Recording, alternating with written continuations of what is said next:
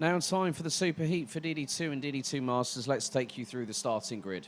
On pole position, it will be the 402 of Paul Fauquemin from France. Noah Hip will be alongside on the front row in the 414. Jules Cousin and the 451 will line up on the inside of row number 2. Alongside him representing Belgium will be Nicolas Guillaume in the 491. Kilian Gerhardt in the 404 and Dominic Reuters in the 403 line up on row 3. Row 4 is completed by Luca Neuenhausen in the 488 and Christophe Capitan in the 599, who was the leading DD2 Masters driver following the ranking after heats yesterday. Pritsai and Frederik Zebis Christensen in the 519 and the 433 complete the top 10. Carl Klebor in the 540 and the 504 of Michael Becker round out row 6. It's Malik Mack and Devin Sagardi in the 412 and the 444 on row 7. Mats Johan Overhoff and Louis Koch round out the top 8 rows in the 401 and the 408. And completing the grid, Nikita Genzer in the 407, Maximilian Adolf in the number 424, and Sung Hung Moon in the 515, completing the grid.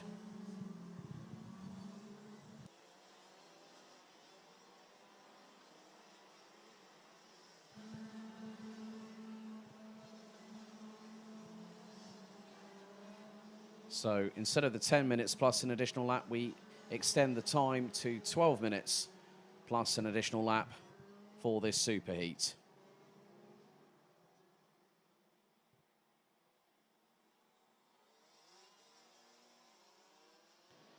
Now that all the drivers have crossed the start-finish line and are onto their formation lap, the red lights have been ignited on the starting gantry once again.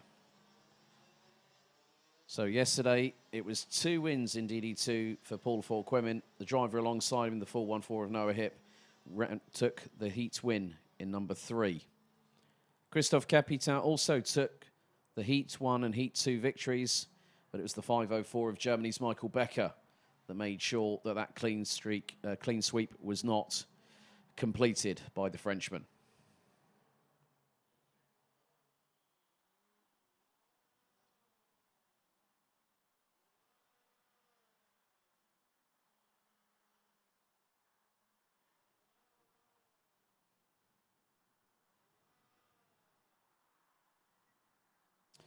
And Michael Becker has just spun the cart around, pointing in the other direction, heading in towards the approach into turn number 10.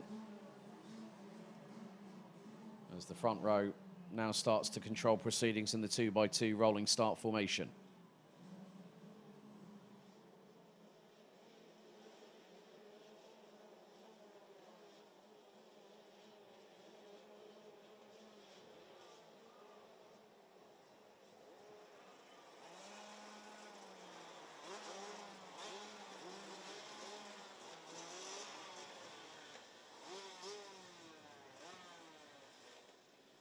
So at a crawl, the drivers come out of the final corner. They head into the tram lines. Revs rise, lights are on, lights are out first time. Good start by the pole sitter, Paul Fauquemin, who instantly goes over to the left-hand side and cuts off the opportunity for Noah Hip to get through. Also, Jules Cousin got compromised a little bit as they all make their way through into turn 3. And some drivers going very wide into turn 3 towards the outside and then bury the throttle and get the traction pull through into turn 4. Same approach will be used as one of the Door Motorsport karts. That's Nikita Genzer at the back end of the field. Someone's 2 wheels on the grass. And that was one of the Dams racing karts. Coming through into turn 7. That was Jules Cousin.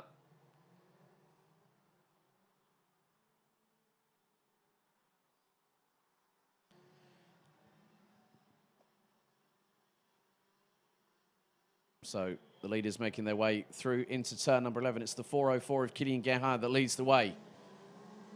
Jules Cousin in second. Third, it's Paul Fauquemin. Fourth looks to be Nicolas Guillaume in the 491. So after the opening lap, Gerhardt leads the way, having moved up from 5th to 1st. Noah Hip has dropped down to 5th place, but now goes up the inside of Nico Guillaume into turn number 2. Guillaume manages to get back past him on the run through to turn 3 and holds steady on the racing line to not give Noah Hip an opportunity to get through. Pritsai now leads in the DD2 Masters classification ahead of Karl Klebor. They are 6th and 7th respectively as the drivers rocket out of turn number 6 and go down the Europalan. Hard on the brakes, turn it in to the right, then the left, and then through into the sweeper here at turn number 8. Again, some of the drivers using the curbing. For some, it's slightly pushing them wide towards the outside edge of the mid part of turn 8. As Noah Hipp looks up the inside of Nicolas Guillaume, who tries to go for the crisscross out of turn 9, gets back through. Nice little exchange between the pair as they head through into turn 10. And a little bit of a touch for Guillaume from behind as he got hit. His rear bumper got hit by the front bumper of Noah Hipp. He's got to be very, very careful. If those clips are in or that bumper is not in the correct position, that'll be a 5-second time penalty post-race. Kylian Gerhardt has a lead of just over 0.3 of a second ahead of Jules Cousin. And there goes the 414 again, up the inside. And Pritsai also fancies his chances. That gives no other alternative. I'm not too sure if Nicolas Guillaume used the runoff area completely, but he's trying to try and get through. He's on the inside of Noah Hipp through into turn 4, but Hipp blocked quite aggressively through into turn number 5. Dominic Reuters, in the meantime, has dropped all the way down to 10th place, started 6th. So Pritsai and Karl Klebor have made up 3 and 4 places respectively. But new leader now, Jules Cousin, in the meantime, has got past the 404 of Kylian Gerhardt for the race lead. 8 3/4 minutes remaining, plus an additional lap.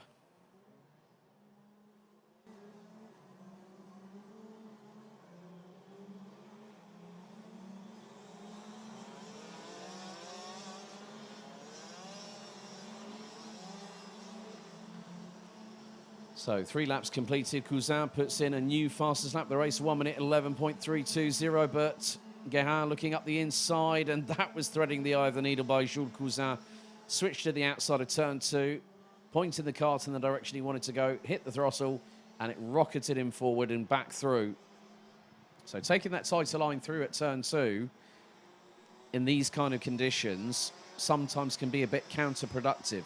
Whereas the driver that decides to go a little bit deeper into turn 2 has the opportunity and the benefit of better traction because the kart's already rotated and it's pointing in the direction that the driver wishes it to go in. So with 7 minutes and 35 seconds still to go, Cousin leads, but not by much in front of Kylian Gerhardt. A little bit further back, Nicolas Guillaume currently running in 5th place as he's been passed and dropped by Noah Hipp, who's back up to 4th place and is trying to chase down Paul Volquemin in 3rd. Guillaume has got Pritsai, Karl Klebor, Luca Neuenhausen. Christophe Capitain is also there, and Dominic Reuters might not be that far adrift. Cousin's lead now, nearly a second, and a new fastest lap by the Frenchman again. 1 minute 11.291. Kylian Gerhardt's lap time was a 1 minute 11.822. So the best part of nearly 0.6 of a second quicker. So Klebor and Sai battling over 6th place, which is effectively for the lead in the DD2 Masters side of things.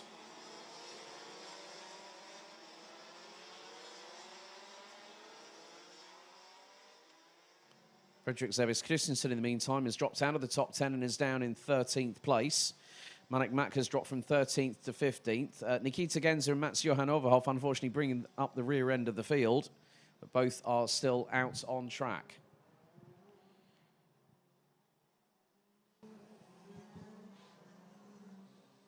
But Cousin just trying to get on with the business at hand. Has got a clear track in front, clean air with which to push.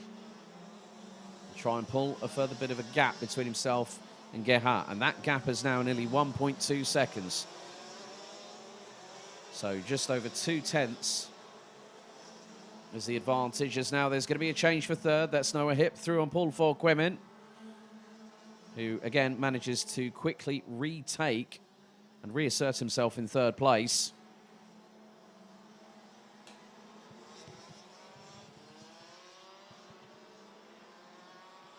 Still a significant breeze around the circuit. The banner flags flapping in the breeze as we have got an opportunity for Luca Neuenhausen to get through on Karl Klebor. That will be for 7th overall, but more importantly, that will not impact Neuenhausen in terms of how things are looking when it comes to the DD2 sides of the classification. And Noah Hipp has just been found to break out of the corridor with 2 wheels on the start and now has a 3-second time penalty.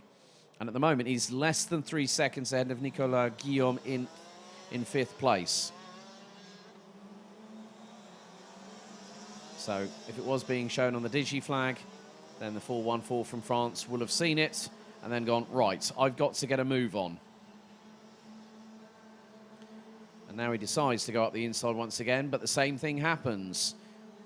2 laps in a row that Noah Hipp goes up the inside of Paul Forquemin, and Forquemin does exactly the same thing. Round the outside, hits the throttle and gets what he needs, as in the traction, and then being able to move through back into 3rd place rather easily. So that just goes to show how quickly things can change.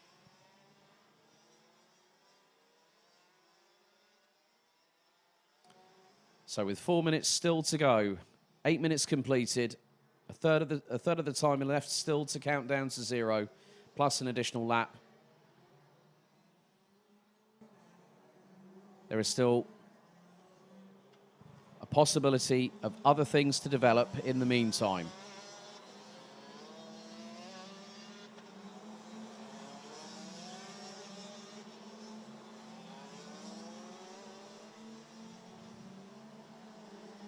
And again, Noah Hipp trying to go for the same approach like he did last time for the 3rd lap in a row. And this time, Forquemin gets through on the inside of him.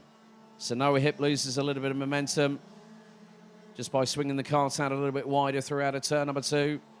And Forquemin was quick to react. And through into turn 6. This time, Noah Hipp goes a little bit wider, but loses quite a few kart lengths to Forquemin, but then closes it up under the brakes into turn 7 at the chicane.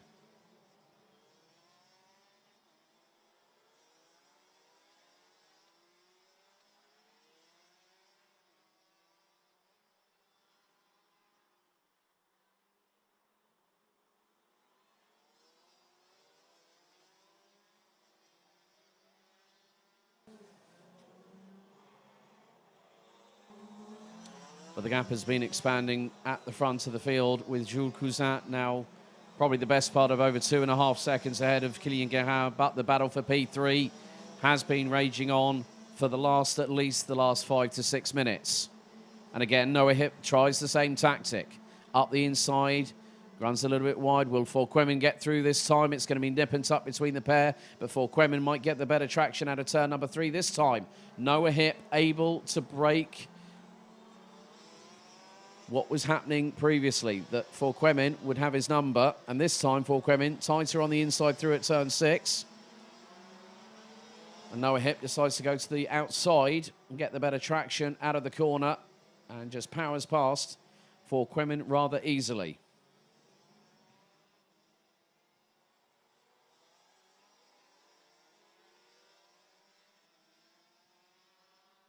But again, with these wet conditions over here at the circuit and with the wet weather tyres, it is sometimes not about using the optimum racing line. Sometimes you have to be a little bit creative. You find out how the kart is reacting with the grip underneath you, with the sunlight up above. It is going to help the track to evolve. So a dry line will start to form, and then that will start to warm up the wet weather tyres. And then that will cause them to possibly go through an overheating cycle, and thereby those blocks will wear away. So sometimes some of the drivers might decide to go offline, and thereby that will assist to keep the tyres within their window of operating temperature.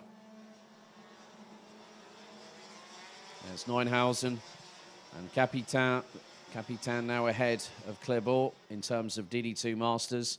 But Pritsai, who's made up 3 places from 9th on the grid and is currently P6, is comfortably away from these 3 or 4 drivers behind him.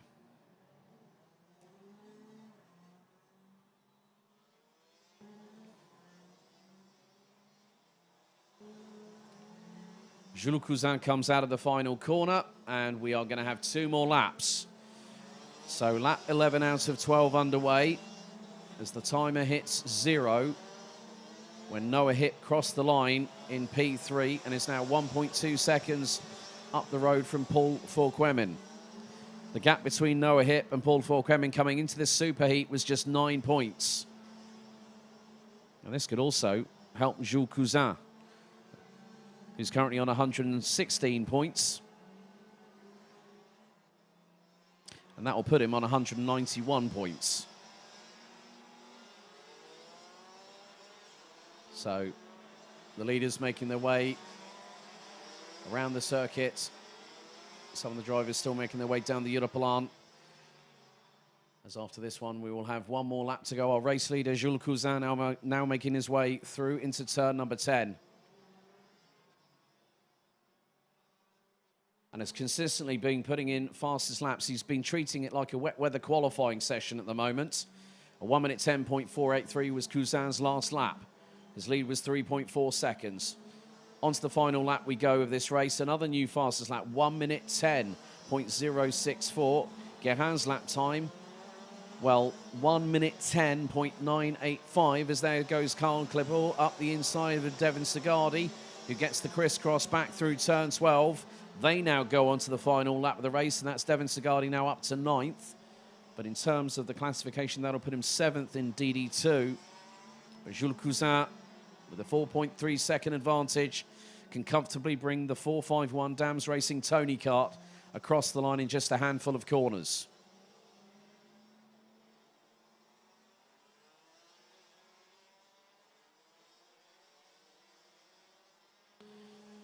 And everyone is set to complete all 12 laps of racing as our leader makes his way through into turn 10 for the final time.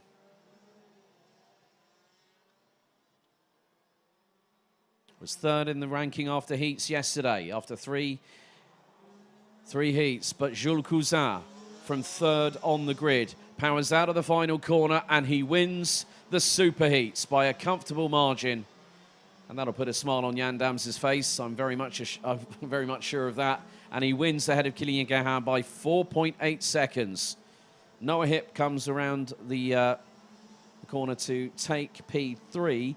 He will be demoted to 4th, however, so that'll promote Paul Forquemin up to 3rd once the results have been amended to reflect that penalty. Nicolas Guillaume rounds out the top 5. Pritsai takes the win in DD2 Masters, placing 6th overall, having started 9th. Luca Neuhausen and Christophe Capitain finished exactly where they started, 7th and 8th. Devin Sigardi 9th, making up 5 places from 14th. To finish ahead of Karl Klibor in the number 540, who completes the top 10 and also completes the top 3 in DD2 Masters. Dominic Reuters, unfortunately, would end up 11th, having started 6th. Frederik Zebes Christensen hasn't been a great weekend for the Dane, but of course it's one of his first tryouts as a DD2 driver rather than being a senior. He finishes 12th ahead of Nikita Genzer. Michael Becker started 12th, finished in 14th, ahead of Maximilian Adolf in 15th. Marek Mak, Mats Johan Overhoff, Louis Koch and Sung Hung Moon round out the 19 strong finishers, with everyone making it to the checkered.